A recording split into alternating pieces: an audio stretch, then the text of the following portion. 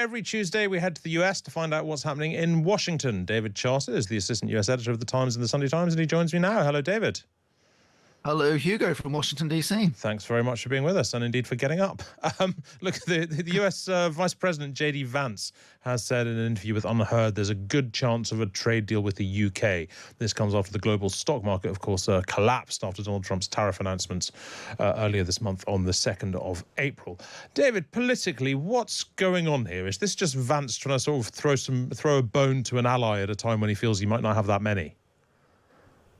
I think there's something of that, Hugo. I was a little surprised to see how Vance got out of the right side of the bed today, because he's been talking a lot about Europe freeloading.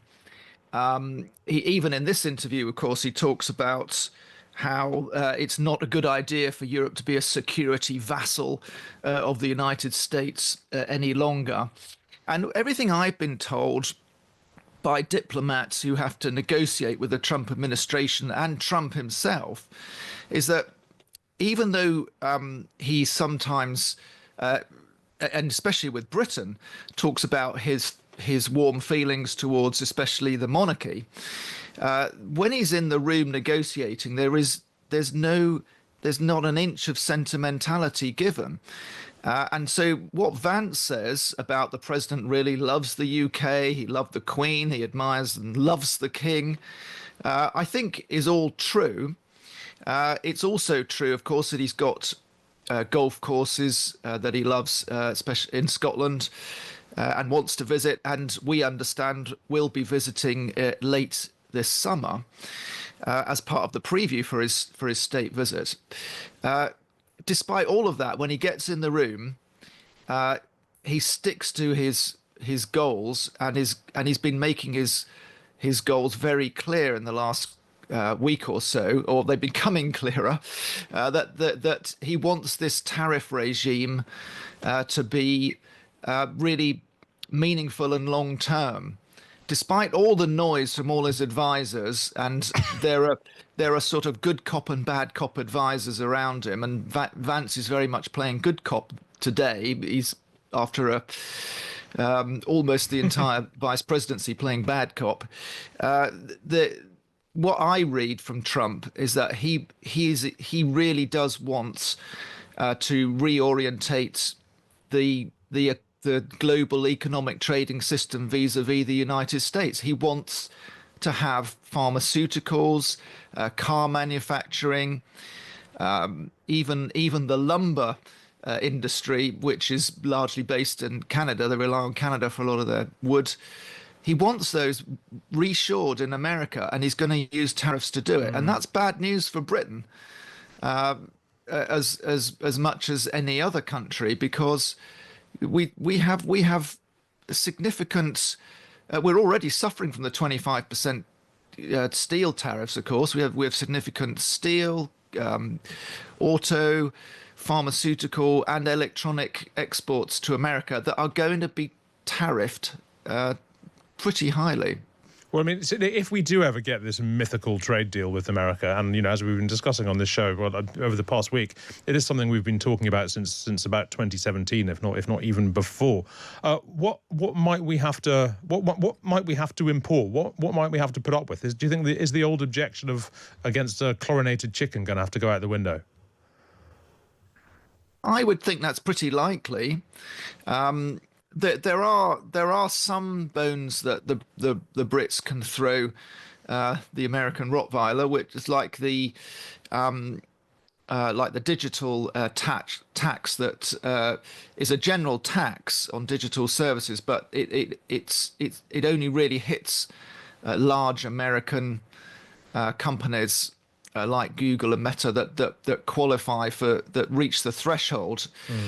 So that tax can be waived as a concession to win more access for our luxury cars. Who knows? There could be those sort of trade-offs, but I see them a little bit more around the fringes rather than eating into the core tariffs. We've heard Kevin Hassett, who's the chair of the Economic Council, saying it would have to be a really extraordinary deal to eat into the 10% baseline that they've got on everybody, for most exports, and that's because that seems to be the way that Trump wants to, as I say, encourage companies, perhaps British car companies, Yeah, sure, to set up plants in America. Look, David, finally on tariffs, there's been a bit of sort of bending and swiveling around about precisely what the situation is with China. Most recently, Trump was talking about exempting things like smartphones and laptops, although he's talked since then about perhaps that exemption won't last very long. How sort of potent politically has been the spectre of a US-made iPhone that's going to cost thousands and thousands of dollars? Well, there's been a run on iPhones in America. Actually, people who have been thinking about updating, including the Times office, have been moving quickly to get their new iPhones because it does seem like they're going to go up in price. Despite, if you remember, at Trump's inauguration about 85 days ago, him being surrounded by all the tech billionaire bosses, including Tim Cook of Apple, who was a couple of rows back. At the moment, it does seem that this is heading our way. There is actually an exemption for some electronics at the moment that doesn't seem to have been well reported, but again, it's one of those industries that's deemed critical to national security, that America wants to have that entire supply chain based in America. And that means, despite Apple scrabbling around to maybe put more production in India, which looks like it's going to be one of the first in the queue for a deal, it's still going to be hit with a price rises for iPhones and laptops. Well, look, turning to the American strictly domestic picture, Donald Trump, he's promising a powerful new budget with sweeping spending and tax cuts. The big, beautiful tax cuts and regulation cuts and all of the other things that are included in there will go into effect. And I think it'll be probably the largest tax cuts in the history of our country. But this is looking a bit messy to get through, as I understand it, because although there's a framework for the budget, it's lumped into a big mega bill when some Republicans mind this. David, what does all that mean? So that means more internal squabbling, really, among Republicans. That Trump's problem is that there is a faction on the right. They call them the far right in America, but that's not really right. They're not fascistic so much as just extreme on the libertarian right, very small government people. And of course, Trump is turning out to be a rather big government populist, much to the confusion of lots of his Republican voters, with even his Treasury Secretary talking about how taxes might have to rise on the very wealthy in order to pay for this tax bill. Because he wants to extend the tax cuts he did in his first term, which was really his signature bill in 2017. But they would deprive the American Treasury of $4.5 trillion over the next 8 years, I think it is, of the lifetime of this bill.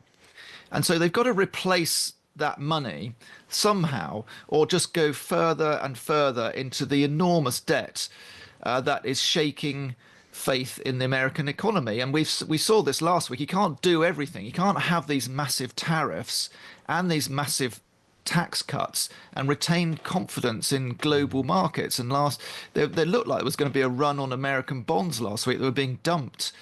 And that was why Trump backed off and brought in this 90-day pause on his tariffs.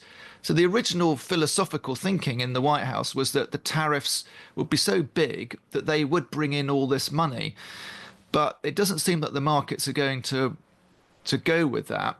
So they're scratching their heads about how to allow Trump to have his big, beautiful bill, but also find $4.5 trillion to fund it. Is there any chance that it just might not pass?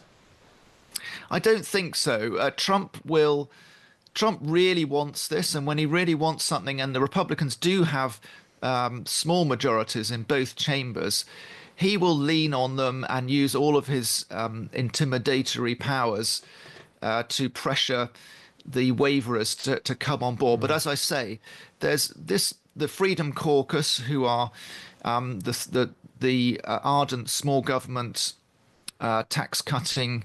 They are tax cutting, but they're small government Americans who also like to balance the budget if possible. Those are the ones he's got to try and put the thumb screws on. They nearly didn't go for the framework bill that passed last week, but they caved in the end because Trump is very good at applying pressure. Basically, he'll turf them out of their jobs if they don't vote for him. Finally, David, great news for everybody because President Trump, it turns out, is in rude health. His health has often been a cause for concern. Robert F. Kennedy, of course, says his diet of Big Macs is very bad. It does sound very bad. But on Sunday, the White House physician said he's in excellent health and there's absolutely nothing to worry about. What did they assess and how well did he do? Well, we got the summary from Trump's personal physician in the White House that he's in excellent cognitive and physical health after his annual checkup, which was done at the Walter Reed Military Center, as it often is for American presidents. We got a lot of detailed figures on sort of bodily functions like his blood count and his cholesterol and lipids and all sorts of bodily indicators. We were told that he passed the Montreal Cognitive Assessment with a score of 30 out of 30, and also that he passed a couple of other mental tests to look into depression and anxiety, but we didn't get the numbers for those. We were told they were within the normal range, whatever that means.